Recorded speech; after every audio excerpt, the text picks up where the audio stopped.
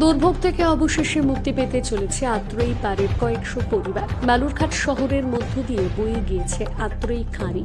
কয়েক দশক ধরে এই খাঁড়ির পাড়ে গড়ে উঠেছে কলোনি, যার নাম একে গোপালন কলোনি।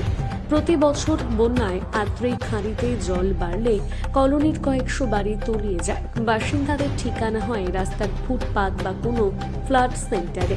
শুধু বন্যাই নয়, ভারী বৃষ্টি হলেও চরম আতঙ্কে কাটাতে হয় বাসিন্দাদের।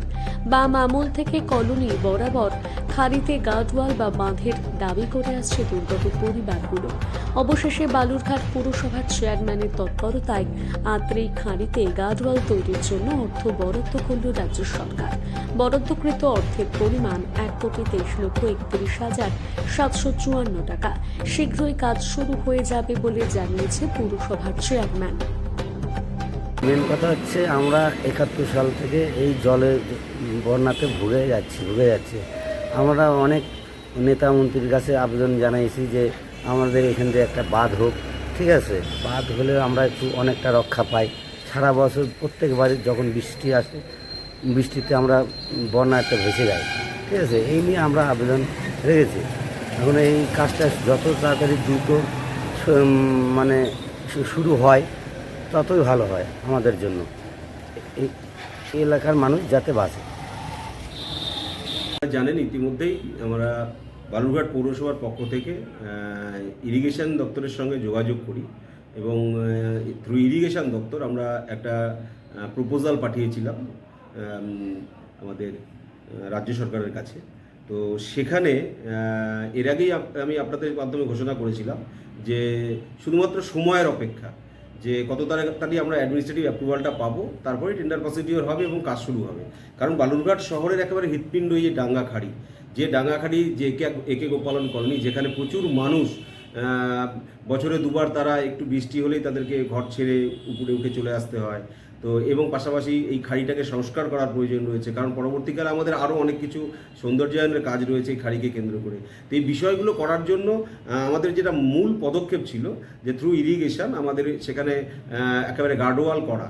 তো সেখানে 550 মিটার গার্ডওয়ালের জন্য এবং সেটা একটা বিকল্প রোড হিসেবেও ব্যবহার করা যাবে। দিশারি থেকে একটু আমাদের একবারে যে মোটরকালী ব্রিজ পর্যন্ত একটা বিকল্প রোড হিসেবেও ব্যবহার হবে। তো এইভাবে চিন্তাভাবনাগুলোকে করে নিয়ে আমরা যখন পাঠাই, আমি গত 21 তারিখে সম্ভবত কলকাতায় গিয়েছিলাম, মিটিং ছিল।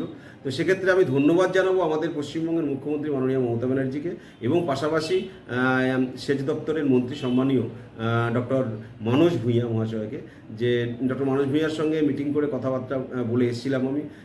এবং আমিও সত্যি খুব আনন্দিত, গর্বিত যে এত তাড়াতাড়ি একটা অ্যাডমিনিস্ট্রেটিভ অ্যাপ্রুভাল আজকে আমরা পেয়ে গেছি। যে অ্যাডমিনিস্ট্রেটিভ অ্যাপ্রুভালটা অলরেডি ইরিগেশন দপ্তরের কাছে এসছে। আমার কাছেও এটা মেসেজ আসলো যে 1,23,31,754 টাকা যার এএফসি চলে এসছে। 2-1 দিনের মধ্যে টেন্ডার প্রসিডিওরে ওনারা যাচ্ছেন এবং আগামী দিনে বালুরঘাটের যে মূল সমস্যা ছিল এই যে ডাঙ্গাখাড়ি, সেই সমস্যার সমাধান হতে যাচ্ছে। এর পাশাপাশি যে এই খাড়িটাতে দেখা যায় যে নোংরা আবর্জনায় মানে ভর্তি হয়ে থাকে, সেটাকে সংস্কার বা সৌন্দর্যায়নের আর কি এই প্রস্তাবটা অলরেডি আমি থ্রু ইরিগেশন পাঠিয়েছি, যে যাতে একটা ইয়ারলি এএমসি অর্থাৎ প্রতি বছর যাতে ক্লিনিং করা হয় এই খাড়িটাকে। শুধুমাত্র এই খাড়িটা না, অলরেডি আমাদের যে ওখানে যেখানে যে খাড়িটা আছে কলোনিতে, এটার ফলে আপনাদের কতটা কি সুবিধা হবে বা কি বলবেন বিষয়টাতে? বিষয়টা হচ্ছে যে আমাদের এই কলোনিতে অনেকদিন ধরে আমরাও শুনছি যে এই রাস্তার এই সাইডে মানে বাঁধ হবে। অনেকদিন ধরেই শুনতেছি যে বাঁধ হবে, কিন্তু আজও হয়ে ওঠেনি। কিন্তু হচ্ছে যদি বাঁধটা হয় তাহলে আমাদের সুবিধা হবে।